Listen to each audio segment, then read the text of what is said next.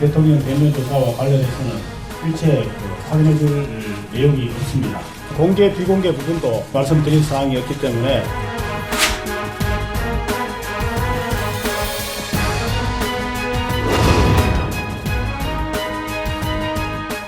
탄핵 자체가 좀 안심할 수 없는 그런 상황으로 되고 있어서 대선 정국을 말하기에는 이렇게 된 것이 아닌가. 탄핵이 반드시 관철되도록 함께 힘을 모아 나가야 합니다. 문재인 전 대표는 마치 대통령이나 다 된 것처럼 행동하고 권력 쟁취에만 몰두해 왔습니다. 느닷없이 탄핵에 집중하고자 나오는 것은 대세론이 위협받자 스스로 속도를 늦추고 국면 조절을 하려는 심리일 뿐입니다. 상승세가 무섭기 때문에 문재인 후보를 안희정 후보가 꺾을 수도 있다.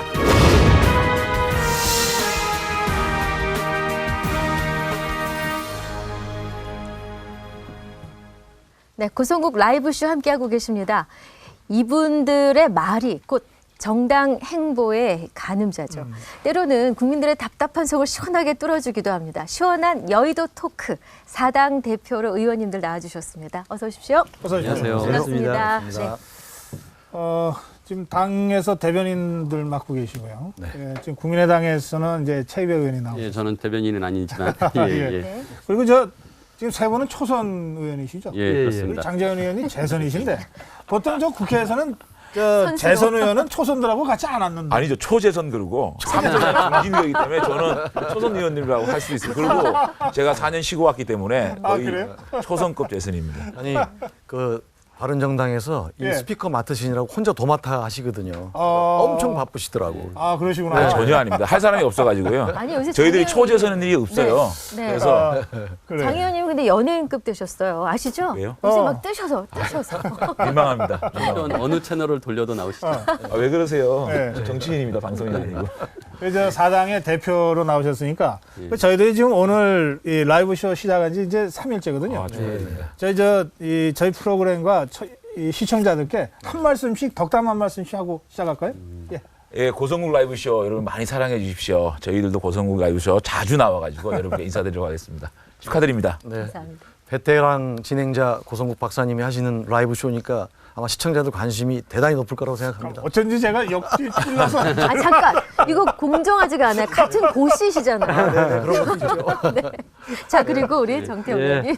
어제 아래 입춘인데 우리 시청자 여러분 새해 복 많이 받으시기 바랍니다. 예. 예. 그 대보름 전까지는 새해 인사한다고 하더라고요. 예, 시청자 여러분들 새해 복 많이 받으시고 예, 우리 또 이렇게 불러주셔서 너무 감사합니다. 예. 예, 네. 고맙습니다. 감사합니다. 자, 이제 시작해볼까요? 첫 번째 이야기 저희 판넬 준비했거든요. 탄핵 심판 앞두고 전과 여러 가지 전망이 나오고 있습니다. 그래. 자, 보실까요? 지금 헌재와 특검이 있는데요.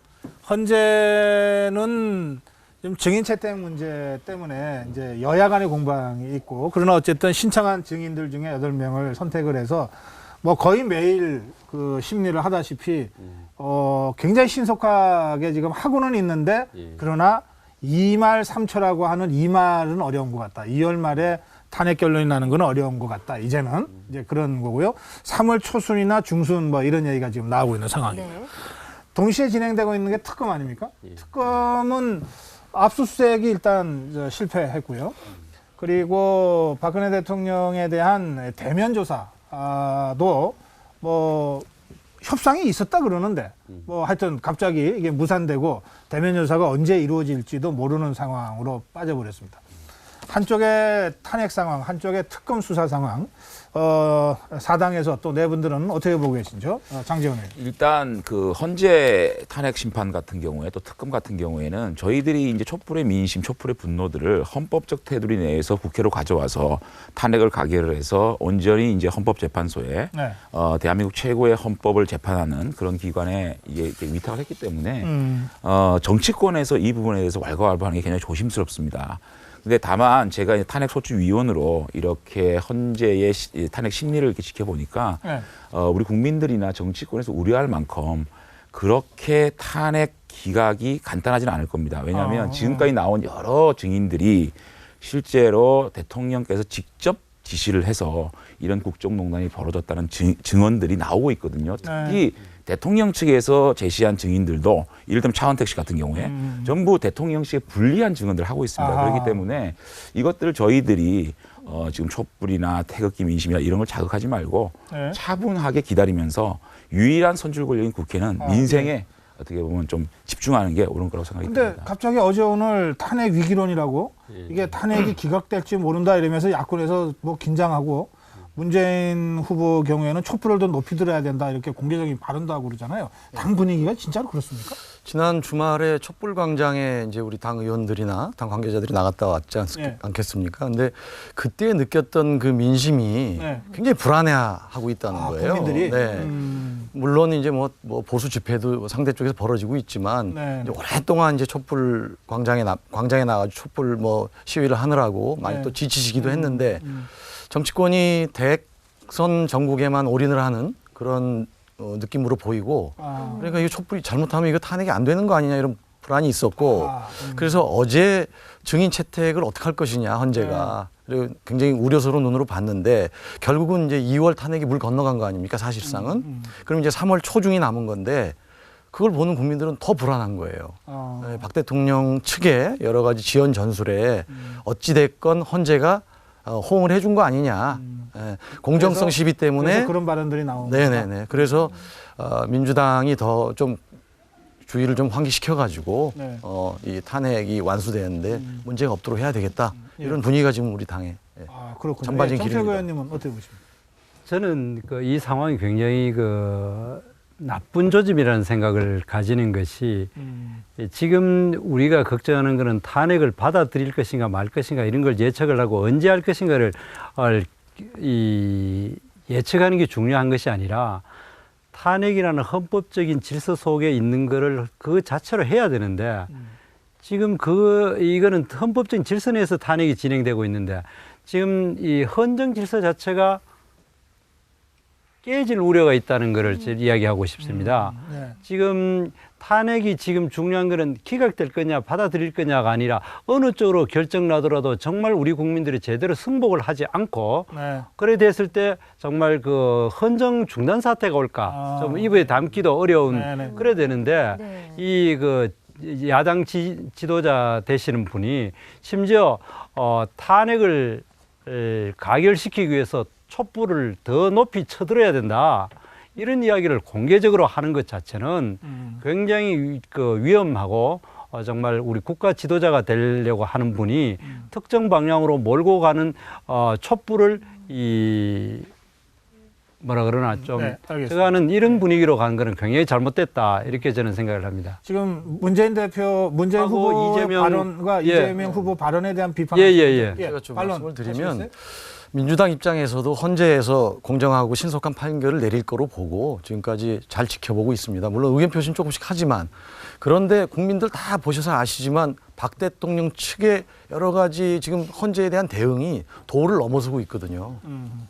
무더기 증인 신청을 한다든지 뭐 다른 여러 가지 꼼수가 거론된다든지 이런 것들이 실제적으로 헌재에 영향을 미치는 거 아니냐 하는 우려를 국민들이 하기 때문에 그 목소리를 전달하고자 하는 것뿐이지 지금 말씀하신 대로 헌재의 어떤 결정에 막 어떤 정치 지도자가 압박을 가해서 그걸 뒤집으려 한다든지 그런 건 원래 아니었거든요. 헌재에 대한 압력은 아니다. 근데 그 부분에 대해서 촛불을 더 높이 들어야 된다고 분명히 이야기를 했습니다. 그거는 그 자체가 탄핵을 가결시키기 위해서 촛불을 들어라. 그거는 결국 선동하는 겁니다. 이런 거를 정말 한 나라의 지도자가 되고자 하는 분이 이야기하는 거는 아무리 속으로는 자기의 대권에 유리할 수도 있고, 유리하고 하더라도 그런 말을 공개적으로 특정 방향을 원하는 대로 되지 않는다는 전제하에서 자기 지지하는 사람들에게 더 선동하는 이런 발언을 하는 것은 국가의 이 탄핵이 어쨌든 결론난 이후에 그러면 어떻게 할 겁니까? 안 받아들이는 사람, 그 반대되는 사람, 문재인 대표가 그렇게 이야기하시고 나면은 그 반대되는 사람은 더 또 그만큼 목소리를 높이는. 지금 정태욱 의원은 문재인 후보, 이재명 후보가 선동하고 있다고 지금 규정하시는 거고. 고영진 의원은 그건 선동이 아니다. 민심을 전하는 것이다. 그렇습니다. 그런 차이가 있는 거네요. 민심도 특정 어느 쪽 민심이냐가 중요하죠. 국민의당 최이배 의원이 아직 발언도 못했습니다. 저도 하겠습니다. 선배님. 근데 뭐 고영진 의원님 말씀하신 것처럼 청와대 그 반응이 굉장히 그니까 이제 뭐랄까요 그 반격이라고 할까요? 뭐 말씀하신 것처럼 이제 증인에 대해서 이제 무더기로 막 신청을 하고 또 이제 특검에 대해서도 굉장히 강하게 지금 그 박근혜 대통령이 이제 그 방어를 하고 있단 말이죠. 그러니까 이런 분위기가 확실히 이제 어떻게든지 시간을 끌다가 6명이 이제 찬성을 해야 되는데 이제 이정미 그 재판관까지 이제 물러나면은 굉장히 또 그런 구조적인 상황이 어려워지는 것을 기다리는 것 아니냐라는 이제 그런 불안감을 가지게 할 수밖에 없는 상황인 거죠. 그래서 어떻게 보면은 재판관이 시간은 우리 편이다라고 그렇죠. 청와대가 생각하는 것 같다. 그러니까 정말 공정한 재판이 되려면 더 많은 재판관이 있을 때 결론이 내려져야 더 공정하겠죠. 그러면 숫자가 빠질 수 임기를 늦출 수는 없으니까 그걸 다른 사람으로 해서라도 9명을 맞추는 건 그게 아니고 그게 안 됩니까? 굉장히 안 되는 건 아닌데요. 예. 굉장히 불확실성만 가중시키는 거고 이런 논란을 빌미를 대통령과 새누리당이 제공하고 있는 겁니다. 대통령께서 이게 대통령 측 대리인단이 증인 폭탄을 하고 있지 않습니까? 30몇 명, 10몇 명 이렇게 사실상 대통령의 정무수석, 무슨 뭐 안보실장 이런 분들을 증인으로 그런 것들은 전부 다 서명을 할 수 있는 부분이거든요. 그리고 또 여론전을 펴고 있지 않습니까? 새누리당은 또 태극기 집회에 나가가지고 선동을 하고 있지 않습니까? 그렇기 때문에 이런 논란이 벌어지는 것이고 다만 제가 볼 때는 헌재에서 18명 중에 뭐 18명 정도를 증인을 받아들였다고 해서 헌재를 또 비판할 문제는 아니에요. 왜냐하면 그 대통령께서 워낙 헌재 어떤 심리에다가 좀 이렇게 좀 편파적이다 비판을 하고 있기 때문에 그런 빌미를 제공하지 않기 위해서 헌재를 받아들인 것이고 다만 헌재에서는 앞으로 추가 증인 신청에 대해서는 단호하게 거부할 필요가 있다. 그래서 이런 논란들을 헌재 스스로가 만들지 말아야 된다. 또한 이정미 재판관의 임기 문제가 걸려 있습니다. 그것 때문에 논란이 큰 건데 알겠습니다. 그렇다면 이정미 재판관의 임기 끝나기 전에 탄핵을 결정을 하는 것이 맞다 이렇게 생각합니다. 지금 잠깐 속보가 들어와서 시청자 여러분께 알려드립니다. 새누리당이 자유한국당으로 당명 개정을 결정했습니다. 자유한국당. 자유한국당 보통 세자로 부르는데 아마 뭐 한국당으로 불러달라 그러는 모양인데요. 그러나 아직 확인된 건 아니라서요. 예. 네. 자유한국당으로 당명이 바뀌었군요. 자, 저 인터뷰 내용 들을 부분이 있어서요. 그래요? 네. 예. 지금 문재인 전 대표 측 탄핵 위기론 먼저 들고 왔는데 관련 발언이 있어서 요거 듣고 또 말씀드리겠습니다. 그러죠. 예. 네. 탄핵 자체가 좀 안심할 수 없는 그런 상황으로 되고 있어서 대선 정국을 말하기에는 좀 이렇게 된 것이 아닌가 생각합니다. 정치권은 탄핵 정국에 집중하고 탄핵이 반드시 관철되도록 함께 힘을 모아 나가야 될 것이라고 생각합니다. 박근혜 대통령은 검찰 수사를 거부하더니 지금은 특검 수사도 거부하고 또 탄핵 절차를 지연시키기 위해서 가진 수단을 다 쓰고 있습니다. 국민들이 잠시 현장을 떠난 사이에 정치권이 관심을 버린 사이에 그들은 다시 복귀를 노리고 있습니다. 광장으로 돌아와 국민과 함께 해주십시오. 그리고 국민 여러분, 끝날 때까지는 끝난 것이 아닙니다. 네. 정 의원님. 정말 저런 발언이 참 얼마나 위험한 일입니까? 우리나라 헌정사에 지금 특정 방향으로 그러니까 탄핵을 받아들이지 않으면 안 된다라는 것을 지금 저렇게 대통령이 되고자 하고 한나라의 지도자가 되고자 하는 분이 저런 발언을 해서는 안 된다고 생각합니다. 정상적인 그 국가 지도자, 정말 전 국민을 아우르는 지도자라면은 탄핵 결정은 정말 그 아까 이야기하신 대로 공정하고 신속하게 헌법재판소가 빨리 하라고 주장을 할 수가 있고 그리고 국민들에게는 그야말로 이제는 촛불과 태극기를 들지 말고 차분하게 결과를 기다리고 거기에 따라 승복하자라고 이렇게 주장하는 것이 정말 진정한 국가의 지도자라고 생각을 하는데 저렇게 특정 방향을 유도하지 않고 자기 이 지지자들에게 하는 거는 저는 오히려 실제로 최근의 사태라기보다는 이 대세론이 흔들리는 그리고 또 다소 불안한 것에 대한 표현이 아닌가 저는 그런 생각이 듭니다. 그 말씀입니다. 헌재가 신속하고 공정하게 하도록 대통령 측은 협조를 해야 되는 겁니다. 근데 지금은 거의 방해, 지연이거든요. 누가 봐도. 그 사이에 드러난 많은 증거들이 박 대통령이 대통령으로서의 자격이 없다는 것을 국민들은 다 알고 있습니다. 뭐 문서 기밀 유출, 뭐 블랙리스트 작성, 미얀마 대사 임명, 기타 뭐 삼성과 관련된 일들 국민들은 다 알고 있거든요. 그 헌법에 규정된 탄핵 사유가 아니고 무엇이겠습니까? 그러니까 제 말씀은 저렇게 되지 않도록 대통령도 무더기 증인 신청하고 1차 변론 때 나오라고 그럴 때 안 나오시고 뭐 이런 행동을 하지 말고 헌재가 제대로 심판할 수 있도록 협조해라. 이런 말씀을 제가 드리겠습니다. 들어보니까 두 분 이제 논란 들어보니까 똑같아요.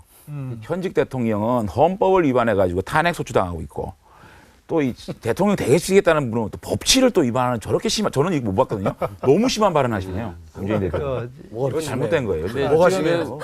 아니 어떻게 탄핵 심판을 관철하자는 얘기를 합니까? 맞아요. 대통령 하겠다는 분이. 대통령 지금 대통령이 아직 안 돼 똑같아요, 그렇지. 지금. 그 문재인 후보나 이재명 시장이 대통령이 그럼 저 자체가 탄핵감이에요. 저런 발언을 하는 것 자체가 정말 지금 하는 거는 고영진 대변인께서 이야기하시듯이 빨리 신속하고 공정하게 하고 뭐 거기 그 절차에 대해서 문제가 있다면 그 문제를 지적해야지 왜 특정 방향으로 유도하기 위해서 그것이 특정 방향으로 안 될 것 같으니까 촛불을 높이 쳐들어라 그런 이야기를 하는 거는 정말 선동하는 말이라고 생각해요. 저는 그렇지 최입 의원 새누리당에서 먼저 한번 그 헌재 신속하고 공정한 그 심판이 될 수 있도록 청와대가 협조해달라라는 그런 논평 하나 내주시면 될 것 같아요. 한번 다시 그러니까 지금 내부 생각이 있어요. 아이고 또 내부적으로 당 지도부하고 싸게 하겠습니다. 아니 대통령의 그 변호인단이 뭐 항상 그 돌출 변수 이런 거 얘기하면서 언제든지 또 자기네 사퇴할 수 있다라는 식의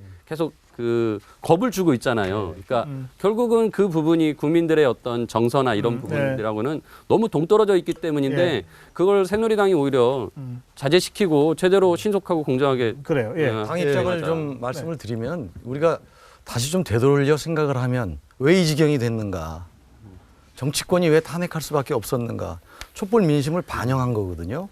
우리 장제원 의원님 다 아시겠지만은 다 협조해가지고 탄핵된 거 아닙니까?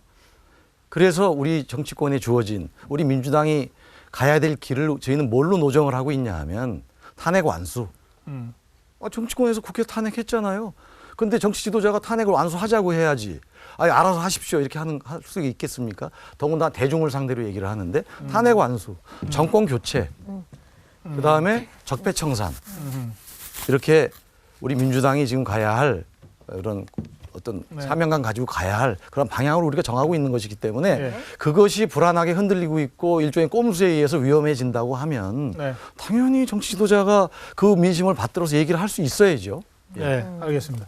근데 여기서 가장 비정치적인 인물이 저잖아요. 그러니까 저는 그냥 국민이거든요. 저도 비정치적인 인물이에요. 아니 정치 평론하시잖아요. 정치평론이 직업인 거지. 제가 정치하는 사람이 아니지 않습니까? 아니, 저는 이제 뵈면은 이재명 시장이 저러는 건 이해가 돼요. 어차피 촛불이 확 타올랐을 때 지지율이 올랐으니까 아쉬워서 저러시나 보다 이해가 되는데 문재인 전 대표 그러신 게 막 나중에 말이 많으니까 좀 당내에서 후회하고 괜히 했다 그런 얘기 좀 하실 것 같아요. 안 하세요? 뭐를? 저 얘기하신 거. 촛불 높이 들자는 바람. 그러니까 제가 다시 말씀을 드리는데 지난 주말에 이 광화문 광장에서 전해진 촛불 민심의 목소리가 심상치 않다는 거죠. 그래서 그 오랜 시간 동안 그 추위를 이겨내면서 천만의 누적, 천만이 촛불을 들어서 지금까지 왔는데 지금 몇 가지 보여지는 이런 모습들 때문에 뭔가 흔들릴 수가 있다라고 그냥 느끼시는 거예요. 우리가 얘기한 게 아니고. 그래서 민주당은 사실상 그동안에 이 설 전후로 해서는 광화문 광장에 그렇게 집결하거나 선동하거나 어떤 그런 일체의 발언이나 이런 게 없었거든요. 그런데 이게 바로 최근에 뭔가 탄핵이 기각될 가능성이 있다고 보는 그러한 뭐 일각의 친박의 또는 아주 뭐 보수 세력 일부에 알겠습니다. 그런 것들이 생기니까 그거에 대한 발언이다. 그거를 경계하는 발언이다. 이제 이론표가 떨어졌네요. 제거 떨어졌어요. 열변을 또 하시다. 너무 열변을. 그런데 아까 박근혜 대통령이나 문재인 후보나 다 똑같다 이렇게 말씀하셨잖아요. 뭐가 똑같다? 이게 지금 대통령은 탄핵, 그러니까 헌법을 위반해가지고 탄핵 재판을 받고 있고 문재인 대표는 보니까 탄핵 심판의 결심을 자기가 하는 듯한 말을 하고 있지 않습니까? 그리고 새누리당 원내 제1당인 민주당이나 원내 2당인 새누리당이 다 똑같아요.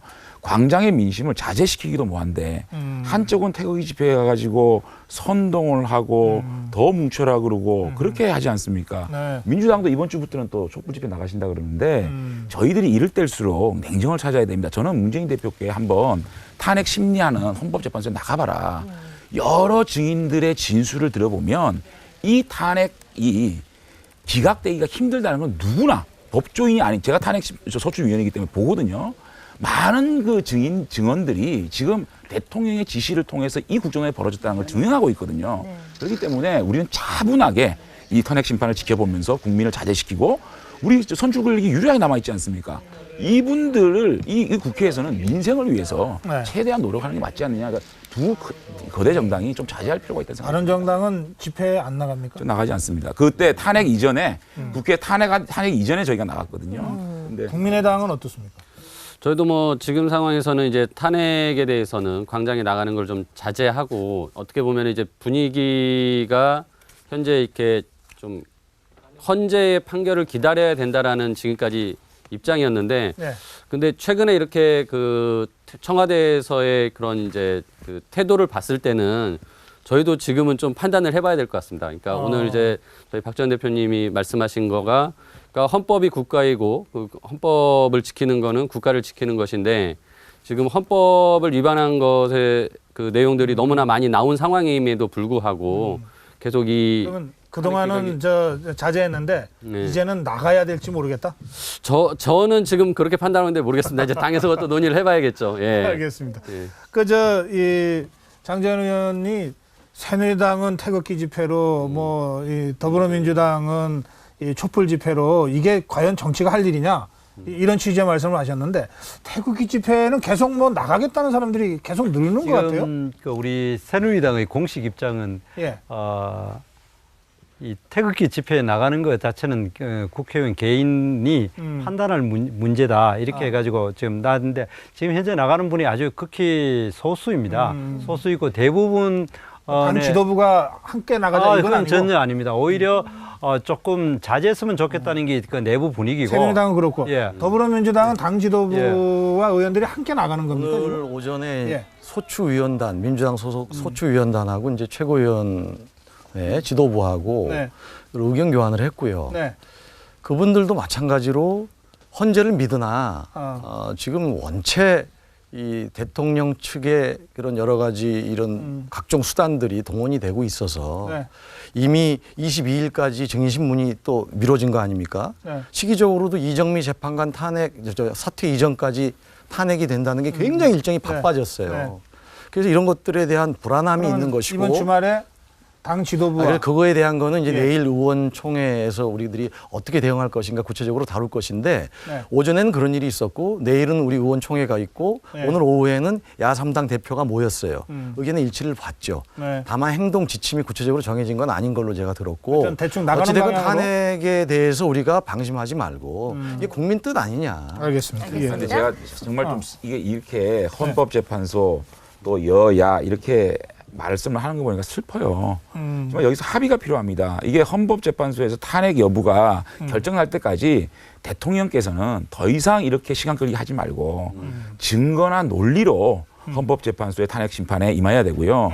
새누리당도 지금 태극기 집회가 요구하는 게 뭡니까? 탄핵 기각 아닙니까? 그러면 새누리당의 많은 중진 의원들 또 대권 후보라고 얘기하시는 분이 나가서 그렇게 탄핵 기각을 얘기하면 문재인 대표를 비판할 자격이 없는 겁니다. 그리고 문재인 대표도 이 자기가 지금 그 위치하고 있는 차기 유력 대권 후보, 1위 대권 후보로서 헌법적 가치를 수호할 수 있는 책임이 있는 겁니다. 그래서 이 3자가 저는 합의를 해가지고 우리 국민들이 차분할 수 있도록 정치 지도자가 뭡니까? 우리 국민들에게 좋은 메시지를 통해서 국정을 안정시키는 게 가장 중요한 거 아닙니까? 왜 이렇게 못합니까? 헌법재판소도 제가 볼 때는 빨리 최후 변론 기일을 정해서 빨리 이걸 진행하겠다는 입장을 또 밝혀야 된다고 생각을 합니다. 알겠습니다. 자, 두 번째 주제로 넘어가야 되시죠. 그래요. 예. 네. 자, 지금 두 번째 판넬이 준비되어 있는데요. 각 당의 이제 핵심 이슈들이 있는데 이 나무 쪽이 이제 야권에서 우리 문재인 전 대표는 탄핵 위기론. 이재명 이재명 시장 기득권 세력이 복귀를 노리고 있다. 안희정 지사 탄핵 시기에 멈춰서는 안 된다. 그리고 이제 국민의당, 바른정당, 새누리당에 좀 현안 있습니다. 그래요. 네. 그 지금 이 주제는 조금 전에 네 분과 함께 사실은 거의 다 토론이 됐습니다. 다만 한 가지 지금 새누리당 쪽에서 이런 얘기 나오잖아요. 이게 대세론이 좀 흔들리는 것 같으니까 다시 탄핵 위기론을 가지고 그 지지자들을 다시 야권 지지자들을 모으려고 하는 이런 정치 아니냐.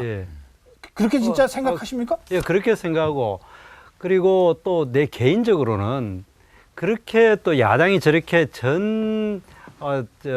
당 지도부가 다 나가니까 그 태극기도 그렇게 또 세게 나갑니다. 저는 이 두 개를 내가 새누리당의 입장이 아니라 정말 국가 지도자 중에 그 국회의원으로서는 참 바람직한 지금 만약에 이번 주말에 그 민주당 쪽에서 또 지도부가 나간다면은 근데 지금 여론조사 추이를 보면 문재인 후보가 무슨 대세론이 흔들리는 것 같지는 않은데요. 계속 뭐 전혀 그거하고 상관없고요. 제가 끼어들어서 죄송한데. 아니 뭐 괜찮습니다. 지금 우리 지금 시장에 나가보고 어디 길에 나가보면 국민들이 정말 이 지긋지긋한 게 좀 빨리 끝내주라고 해요. 거기에 저변에 뭐가 깔려있냐. 이미 국민들 마음속에 대통령이 아니에요. 국민들 마음속에. 그래서 제발 일정 중에 제일 빨리 할 수 있는 그 기간 동안에 헌법재판관이 그래도 8명 있는 기간 동안에 해주라라는 게 민심이에요. 근데 지금 어제 오늘 벌어지는 일들, 최근에 광장에서 벌어지는 일들이 그런 국민들의 바람과는 동떨어지게 지금 가고 있는 모습이 보이거든요. 그분들이 불안하니까 그걸 주도했던 민주당에게 요구를 하는 것이고 당연히 그럼 우리는 그건 뭐 그냥 걱정하지 마십시오 이러고 있을 일은 아니지 않습니까? 그래서 대세론이 흔들려서가 아니라 그건 무슨 상관이 있겠습니까? 그거는 전혀 그거는 이제 그렇게 이야기를 해야 하는 게 맞다 봅니다. 신속하고 빨리 재판을 해라는 심판을 결론을 내라는 것하고 촛불을 높이 들으라 하는 거하고는 그 내용이 전혀 다른 겁니다. 그리고 특히 이재명 시장 같은 경우는 촛불 세력이 다시 뭉쳐라는 것 아닙니까? 그렇게 뭉치면은 태극기 세력도 더 그냥 극단적으로 뭉치면 이 나라가 어떻게 되겠습니까? 제가 발언한 기회를 한 빼더라도 문재인 대표 얘기를 조금만 좀 하겠습니다. 그러세요. 사실 그 촛불 정국이 지나가면서 문재인 대표가 고공행진을 하지 않았습니까? 저는 그 상황을 보고 왜 저럴까? 탄핵 정국을 지나면서 문재인 대표 보여준 게 없었거든요. 사실 탄핵을 가장 먼저 주장하신 분이 안철수, 이재명이었어요. 근데 왜 문재인 대표가 저렇게 질주를 할까? 고속 질주를 할까? 그렇죠. 안철수 의원이 제일 먼저 거리에 나가는 거죠. 결국은 잠깐만요. 제 발언할 때 조금만. 제가 볼 때는 국민의 어떤 민심의 어떤 핵심이 정권 교체를 해야 된다. 그 정권 교체의 가장 대표성 있는 주자가 누구냐. 그래서 문재인 대표로 제가 집중이 되어 있다고 보거든요. 근데 만약 이게 탄핵이 진짜 인용이 돼가지고 정권 교체 프레임으로 벗어났을 경우에 인물론에 대한 검증이 들어가지 않겠습니까? 그러면 문재인 대표가 지금까지 정치권에 들어와서 프로페셔널 정치인이 돼가지고 뭘 보여줬느냐. 라는 얘기가 나올 거예요. 자, 19대 총선에서 문재인 대표가 국회에 입성하게 됩니다. 그때 부산에서 단 한 명의 국회의원도 같이 못 들어왔습니다. 오히려 반문에 조경태 의원 둘이 들어갔거든요. 그 이후에 국회에 입성해가지고 당 대표로서 박근혜 정권이 얼마나 많은 실정을 했습니까? 정윤회 문건 사건, 세월호, 검찰에도 신여화 이런 것에 대해서 정치적 리더십을 하나도 보여준 게 없습니다. 그 다음에 박근혜 정권이 이런 실정 가운데서도 단 한 번의 보궐선거, 지방선거에서 김종인 대표가 들어서기 전까지 이겨본 적이 없어요. 자, 우리 국민들이 묻습니다. 문재인 대표가 도대체 앞으로 뭘 보여줄 수 있습니까? 어떤 리더십이 물어봤을 때 별로 대답할 수 있는 게 없어요. 그러다 보니까 정권 교체 프레임을 빨리 갖고 가고 싶은 대답하시고 싶은 분이 잠깐만요. 그러시면 잠깐만. 마무리. 저 이제 한번 칠게요. 그렇기 때문에 문재인 대표가 이제 정권 교체 프레임에서 벗어나서 인물론으로 검증으로 들어가는 것이 제가 볼 때는 조금 더 어떤 좀 늦었으면 좋겠다라는 생각 속에서 저는 이런 프레임들을 끌고 가기 위한 전략이 아닌가. 저는 이렇게밖에 생각 안 해요. 정권 교체 프레임을 계속 끌고 가기 위해서 인물론으로 들어가게 되면 별로 보여준 게 없어요. 정치권에 들어서 뭘 보여주냐. 그러니까 제가 이제 보면 우리 장제원 의원님께서 지금 자꾸 이제 제3자적 관전자적 시각으로 얘기를 하시는데 그래가지고 뭐 새누리당도 문제, 민주당도 문제, 문재인 후보도 문제, 박근혜도 문제 얘기하시는데 그야말로 당사자였던 새누리당에서 그것 때문에 나와서 만들어진 당 아닙니까? 같다고 봐요. 저는 이 탄핵을 조기에 빨리 정리하자. 아직 그 목표로 해결이 안 돼서 당에서 뛰어나오신 것이기 때문에 예. 이 탄핵을 조기에 완수하고 인용이 되도록 하자는 데는 저는 같은 심정이라고 보고 예. 거기에서 갑자기 그 대선 후보 중에 한 사람인 그 사람의 인물론 자질론을 얘기하는 것은 저도 이거 완수하고 뒤에 문제 제기하시라 이거예요. 알겠습니다. 제가 예. 10초만 이거 좀 10초. 말씀드려요. 제가 왜 문재인 대표를 아니 진짜 얘기하냐면, 10초입니다. 시간 잴게요. 문재인 대표를 왜 얘기하냐면 독보적인 이 후보입니다. 이재명하고 비교하지 말고 유승민하고 비교하지 말고 황교안 비교하지 말고 우리는 가장 강력한 대권인 문재인 대표를 검증할 필요가 있는 겁니다. 10초 됐습니다. 그래서 예. 말씀드립니다. 자, 정현. 저는 그 장제원 대변인 말에 상당히 공감합니다. 지금 이 문재인 후보가 네. 이제는 본격적인 검증 단계에 들어갔고 당내에서조차도 그 안지사가 도전하는 게 상당히 위협적으로 도전하니까 다시 뭡니까 그 촛불로 방향을 돌리기 위한 거 아니냐. 촛불로 정권 교체로. 정말 지금 필요한 알겠습니다. 거는 우리 예. 국민들에게는 인물에 대한 제대로 된 검증. 네. 사실 TV 토론이라는 것이 그냥 이렇게 잠시 하는 것이 아니라 집중적으로 제대로 하는 토론이 필요합니다. 왜냐? 그래야 자기 사고방식이 되는데 지금 밑에 사람이 서준 거 외마디 말 한두 마디 알겠습니다. 하는 예. 이거로는 불가능하기 제가 때문에. 조금 진행을 조금 속도를 내겠습니다. 예. 지금 시청자 질문이 예. 들어왔습니다. 만약에 탄핵이 기각이 되면 더불어민주당이 촛불 들고 다시 나옵니까? 예. 차 땡땡님이세요. 더 만일에 탄핵이 기각이 되면 네. 그 상황은 상상하기 그러니까. 어려운 상황이에요. 어쨌든 그런 상황이 되면 그 혼돈의 다시 촛불 들고 상황에서 나갈 촛불을 겁니다. 들고 이번에도요. 예. 국민들이 드셨어요. 국민들이 촛불 들고 국회를 압박을 해서 탄핵이 된 거예요. 네. 아까 얘기했잖아요. 그러니까 나간다는 겁니까? 안 나간다는 겁니까? 국민들이 나가면 당연히 정치권도 나가야죠. 나갈 것, 그건 나간다 이런 말씀이죠. 당연하지 않겠습니까? 알겠습니다. 예. 시청자 질문이라 제가 분명하게 답변을 제가 요청드린 겁니다. 자, 이 두 번째가 이 국민의당 얘기입니다. 예. 손학규 의장이 국민의당 입당 통합을 결정했습니다. 그리고 발표했습니다. 어제 발표하시고 나서 그러니까 굉장히 이제 공을 많이 들였죠. 그리고 이제 얘기가 길게 진행됐었는데 항상 그 손학규 의장님이 뭐 그런 판단하면 좀 늦어진다고 많이 그런 얘기를 했는데 이번에는 진짜 그런 모습을 안 보이고 특히나 예를 들어서 뭐 당명을 좀 바꿔달라는 등 뭐 여러 얘기가 나왔는데 그런 거 조건 없이 다 없이 그리고 뭐 경선 룰 이런 거 뭐 어떤 조건 뭐 걸지도 않고 뭐 흔히 또 정치권에서 이렇게 합치다 보면 지분 뭐 이런 거 가지고 하는데 그 손학규 의장이 그 안철수 의원하고 경선에서 이길 수 있다 이렇게 계산하고 자신을 갖고 그렇게 한 거. 일단 뭐 발언은 오늘 그렇게 하셨는데요. 그러니까 뭐 지금 상황에서 저는 뭐 손학규, 안철수, 그다음에 저희 당의 또 천정배 후보까지 세 분이 경선을 하게 되면 제가 보기에는 정말 누구도 예측하지 못하는 알겠습니다. 흥미진진한 일들이 벌어질 수 있다고 생각합니다. 바른정당은 야권이다 이렇게 돼 있죠. 야당이죠. 야당이죠. 예, 뭐 대통령이 당적이 아니니까 야당이죠.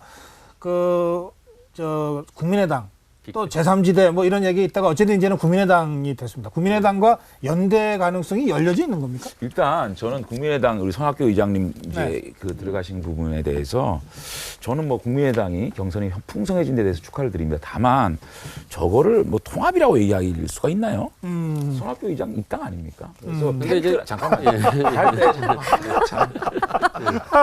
제가 오늘 지금 발언을 너무 못했어. 그래, 기회 드릴게요. 예. 아니 말씀하시고. 팩트라고 보기는 조금 좀 부족하다는 생각이 들고요. 이제 국민의당과의 어떤 연대 부분은 저는 뭐 그 반문, 이를테면 문재인 싫은 사람 다 모여 이렇게 해서는 필패고요. 국민의당과 저희 바른정당이 함께 할 수 있는 안보, 경제 또는 또 사회개혁 부분에 대해서 구체적으로 정책을 연대한다면 그런 부분들을 텐트를 친다 그러면 저는 뭐 동의할 수 있다고 봅니다. 그래요. 예. 아니 저는 이제 합당이라 볼 수 있냐? 그렇죠. 근데 그 손학규 개인만 보면은 이제 그렇게 말씀하실 수 있겠는데 이 나름의 그 개혁 세력이거든요. 그러니까 지금 분위기상 그 손학규 외에도 뭐 정운찬 등 저희 계속 접촉하고 있는 분들이 민주권은 개혁회입니까? 아니요. 정운찬 전 총리는 따로 이제 있죠. 그러니까 그런 분들은 지금의 어떤 그 보수 세력과는 다르게 수구 세력과는 다르게 개혁을 그래도 외치셨던 분들이고 그런 분들이 국민의당에 와서 아무튼 개혁 세력으로 뭉쳐서 같이 해보자라는 내용이기 때문에 그런 부분들이 제가 보기에는 큰 통합이라고 볼 네. 수 있다는 거죠. 그래요. 네, 예. 지금 네 분 모시고 말씀을 듣는 가운데 저희가 원한 건 아닌데 시청자 여러분께서 거의 인기 투표처럼 누구가 좋다, 누구가 좋다 지금 그러고 있는데 좋아요. 장제원 의원님 지금 인기 지금 짱입니다. 이게 정치 불신이 드러나는 거. 제가 이거 다 비판을 하니까 완전적으로 평론을 해버리시니까. 제가 원래 출신 정치 평론가예요. 이렇게 잘못됐고 싸우지 말고 좋게 잘 가자 그러니까 아니, 그러고 싶죠. 제가 해석해드리면 재선 프리미엄이라고. 다음 주제로 가겠습니다. 네. 대선 재등판론이 나왔습니다. 이게 이 바른정당의 김무성 제가 전 한번 대표. 해야겠습니다. 아, 먼저 하시려고요? 예.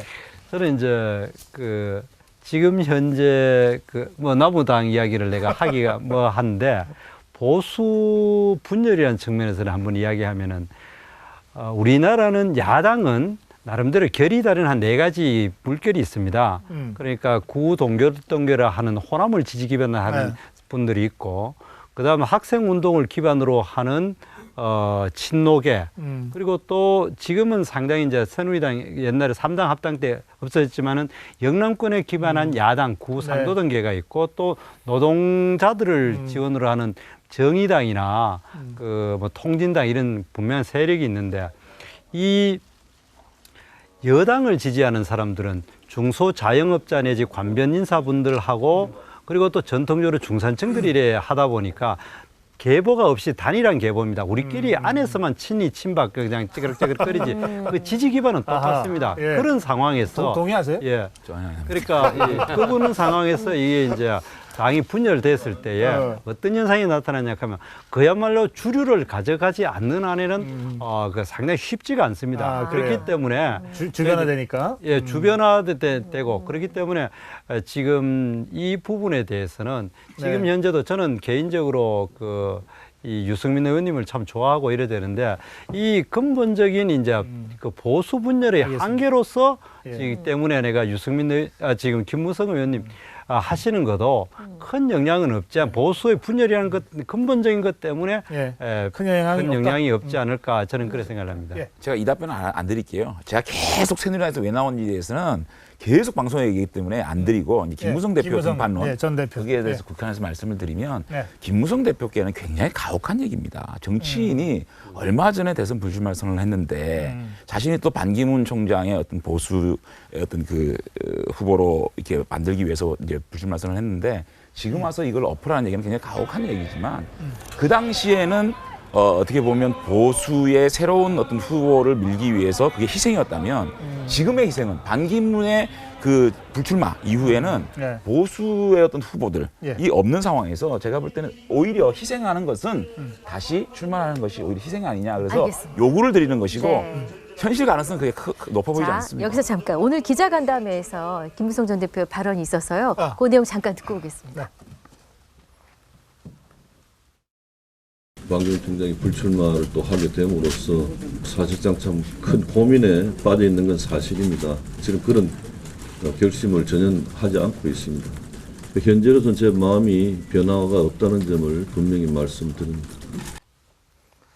현재로선 저 어법이 말이죠. 제가 사실 이거 제가 이거 사실관계를 말씀드린 거예요. 반기문 총장 이제 불출마 선언한 밤에 한 14-15분이 모였어요. 저녁 식사를 하면서 15분 중에 13분 정도가 강력하게 김무성 대표의 재출마를 요구를 했거든요. 그 당시에 김무성 대표께서 그러시더라고요. 막 고마해라. 안 나간다. 그러시더라고요. 아직까지는 굉장히 아주 일소에 나가지 않겠다. 정치인으로서 그런 부분을 엎을 수 없다는 게 입장입니다. 근데 저희들 입장에서 김무성 대표에서 한 번 더 희생을 해달라는 요청을 드리고 있는 거죠. 김무성 전 대표의 발언은 정확하게는 이런 거죠. 현재로선 생각 없다. 아니요. 현재로선의 방점이 있는 게 아니고 마음의 변화가 없다의 방점이 있습니다. 아, 그렇습니까? 근데 왜 자꾸 현재로선이 크게 들리죠? 그거는 해석은 언론의 자유지 저희들이 어떻게 얘기를 하겠습니까? 일반 국민이 특히 국회의원들만 안 믿는데. 저는 저 모습 보면서 바른정당이 참 건강한 보수의 경쟁을 잘 했으면 좋겠다는 그런 시각으로 보고 있는데 초심으로 가시면 좋겠다. 31명이 창당 기자회견을 하실 때 거의 다 무릎 꿇고 하셨어요. 그래서 정말 보수를 일으키겠다. 왜 김무성 대표가 거기서 제일 마이크 잡고 앞장서서 반성하셨잖아요. 그리고 본인이 안 나가고 우리 보수의 정당을 잘 만들겠다. 근데 사람한테 자꾸 매달려가지고 반기문 전 총장한테 매달리고 그 양반 없고 지지도 안 오르니까 또 그 사람한테 매달리고 이러면 그 처음에 그 좋았던 모습이 망가진다. 모양새 사나워진다. 저는 그렇게 말씀드립니다. 근데 김무성 전 대표가 불출마 선언을 한 것은 바른정당으로 탈당해서 창당하기 이전이죠. 맞습니다. 그리고 그러니까 비상시국회의를 새누리당 안에서 할 때인데 그때 불출마 이유는 박근혜 최순실 정국의 책임 있는 사람으로서 불출마한다 이렇게 돼 있죠. 그런데 지금 기자간담회에서는 반기문 얘기를 하면서 그러면 불출마할 때의 이유하고 지금 이 만약에 재검토한다면 그 좀 달라지는. 아니요. 그건 현실론이라는 게 있는 것이죠. 현실론이 실제로 사정이 김무성 대표가 변경됐다. 물론 최순실 국정농단 사태 박근혜 정부의 실정에 책임이 있어서 불출마 선언을 한 것도 있지만 자신이 어떤 희생을 해야 보수의 좋은 후보들이 경쟁할 수 있지 않느냐라는 측면에서도 한 게 있거든요. 그렇다 보면 저는 민주당에서 김무성 대표의 출마에 대해서 이렇게 비판하는 거는 납득이 안 돼요. 저희들이 가진 자원을 저희들이 보유하고 있는 모든 자원을 국민에게 보여드리는 저희들이 가진 판돈이 그것밖에 없는데 뭘 내놓고 하겠습니까? 아니 김무성 대표를 다른 데 수입했습니까? 우리 당의 가장 최다선 의원인데 그분을 대통령 후보로 모시겠다는 걸 왜 민주당에서 비판을 하는지. 그러니까 제가 말씀드렸는데 오늘 기자간담회에서 김무성 전 대표도 그런 이야기를 했어요. 제가 불출마는 이런 이유로 불출마를 했으나 하면서 이제 설명을 했습니다. 아니 정현. 저는 남의 당 이야기를 하기는 뭐한데 자꾸 남의 당 하시고요. 같은 당이 될 가능성이 없지 않아 있으니까. 김무성 대표님은 항상 중요한 순간에 양보를 많이 하신 분이었어요. 그래서 일단 지난번에 아마 당이 이제 분열되기 전까지도 사실 어떻게 큰 뜻에서 양보를 했는데 지금 이번에 만약 다시 한 번 더 양보를 해가지고 재등판을 하시는 거는 그렇게 본인 입장에서 바람직하지 않다. 왜 그러냐면은 그분의 뜻은 이 덩치도 참 크시고 이런 뭔가 이렇게 아우르시는 이런 느낌으로 봐가지고 만약 개헌이 된다면은 정말 그 제대로 된 또 이래 그 총리나 수상감이라고는 이미지를 갖고 있는데 이 지금 바른정당에는 유승민, 남경필 두 후보가 있잖아요. 출마 선언을 한 조금 전에 남경필 후보하고 저희가 대담을 했습니다만 뭐 지지율이 뭐 지금 당장 안 나온다고 해서 이를테면 이거 두 후보 갖고는 안 되겠다. 이런 거면 좀 성급한 거 아닌가 싶은 생각도 있고. 근데 또 역으로 얘기해서 그렇게 해서 이제 뭐 정말 어쩔 수 없습니다. 출마시켰는데 지지율이 진짜 안 나오면 어떡하죠? 근데 그게 저희들은 원칙이 그겁니다. 제일 원칙은 저희들이 현재 보유하고 있는 유승민 잠깐만요. 그 말씀을 저희들이 1분 후에 다시 듣겠습니다. 저희 정당의 그 대선을 맞이하는 제일 원칙은 현재 출마 선언한 유승민 의원과 남경필 지사가 국민들이 바라보실 때까지 진정성을 가지고 그 상품을 홍보하고 그분들이 차기 대선을 할 수 있는 그렇게 하는 것이 원칙이거든요. 그럼에도 불구하고 지금 현실론에 있어서 김무성 대표가 나오는 것이고 저는 한 가지만 지적하게 새누리당이 김무성 대표에 대해서 본인이 그 손해다라는 얘기하는 거는 이해가 안 되는 게 새누리당에 김무성 대표가 있을 때 인간 이하라고까지 폄하한 분들이 김무성 대표에 대해서 개인적인 뭐 훌륭하다 그렇게 얘기하는 거는 정말 알겠습니다. 정말 납득할 수가 없습니다. 자, 저희들 마지막 주제가 있습니다. 마지막 주제는 북한이 2월에 도발할 가능성이 많다라고 황교안 권한대행이 얘기함으로써 안 그래도 뭐 지지율이 상승하고 있고 출마 가능성이 여기저기서 얘기되고 있는 상황에서 뭔가 이게 북한 변수를 가지고 다시 한번 뭘 좀 해보려고 하는 것 아니냐 이런 비판적 시각이 동시에 있습니다. 최우요. 저는 황교안 대행이 결국은 원하는 거는 이제 국면 전환? 이렇게 뭔가 여론을 다시 환기시키려고 하는 노력이라고 보고요. 그러니까 특히나 새누리당 후보로서 지금 굉장히 높은 그 지지를 얻고 있는 거잖아요. 뭐 꼭 새누리당은 아닐 수도 있겠지만 보수 후보로서. 근데 저는 새누리당이든 바른정당이든 어떻게 보면은 이 박근혜 최순실 사태에 가장 큰 책임이 있는 정당으로서 이번에는 모르겠습니다. 뭐 우리 장재원 대변인님이 어떻게든 상품을 내놓고 국민들의 호응을 받아야 된다고는 하시지만은 저는 한 번은 쉬고 가셔야 되는 거 아닌가. 예, 그게 국민들에 대한 예의다라고 생각을 하고. 지금 야권에서는 새누리당은 후보 낼 자격이 없다. 무슨 예. 염치로 후보 내냐 이러는데 그렇죠. 바른정당도 바른정당까지. 그렇다고. 뭐 저희가 보기에는 뭐 똑같다고 생각을 합니다. 그래서 뭐 바른정당이 아까 전에 무릎 꿇고 뭐 이렇게 나오셔가지고 뭐 이렇게 했지만은 그 국민들이 그거를 다 받아들일 수 있는 아직 그 마음이 안 될 거고 그러다 보니까 아까 말씀하신 뭐 유승민, 뭐 남경필 그 두 분에 예. 대한 지지율도 이제 더 안 나오는 거고. 그러니까 그래서 제가 장재현 의원께 발언기 안 드릴 수가 없네요. 겸허하게 받아들이겠습니다. 저희 책임이 있고요. 저희들이 그걸 뭐 부정하는 거 아니고요. 예. 다만 저희들이 대선에 실패하더라도 건전한 야당이 필요하지 않겠습니까? 탄탄한 야당이 만들기 위해서는 대선에 출마해서 국민의 심판을 받는 게 저는 오히려 사죄고 도리라고 생각합니다. 황대행 발언 대해서 말씀드려야 될 것 같고요. 김정은 생일이 있는 이번 달에 도발이 있을 것 같다. 다른 뭐 구체적인 어떤 증빙 자료나 이런 거 없이 네. 얘기하시는 그 모습은 뭔가 의도가 있어 보인다. 아, 또 그러는구나. 또 안보를 우리가 좀 속된 말로 안보 파리까지라고 예. 얘기를 하는데 그런 모습이 보인다. 그래서 마음이 씁쓸하다. 알겠습니다. 시간이 다 돼서 짧게 30초 드리겠습니다. 예, 옛날에 임진왜란 때의 서인인 그 김성일이가 그 뭡니까 친입 안 한다 했는 그 가장 큰 이유가 민심이 동요할까봐란 말을 했는데 그래서 결국 침입을 당해 큰 피해를 입었지 않습니까? 안보는 실질적인 북한이 분명히 도발할 가능성도 충분히 있는 거를 저렇게 정치적으로 해석하는 것 자체가 나는 굉장히 잘못됐다고 생각을 합니다. 이 시기에. 알겠습니다. 예. 네. 오늘 여기서 약속된 마무리해야 시간이 되겠네요. 다 됐습니다. 자, 오늘 네 분 나와주셔서 감사합니다. 감사합니다. 네, 잠깐만요. 예. 저희들이 마무리 말씀을 네. 고성국 라이브쇼 이제 마칠 시간인데요. 오늘도 오늘도 시청자 여러분들께서 많은 의견 주셔서 감사드립니다. 네. 네, 이어서 사실과 진실을 찾는 뉴스판이 이어집니다. 많은 시청 부탁드리겠습니다. 네, 저희는 내일 저녁 6시에 여러분 다시 찾아뵙겠습니다. 고맙습니다. 감사합니다.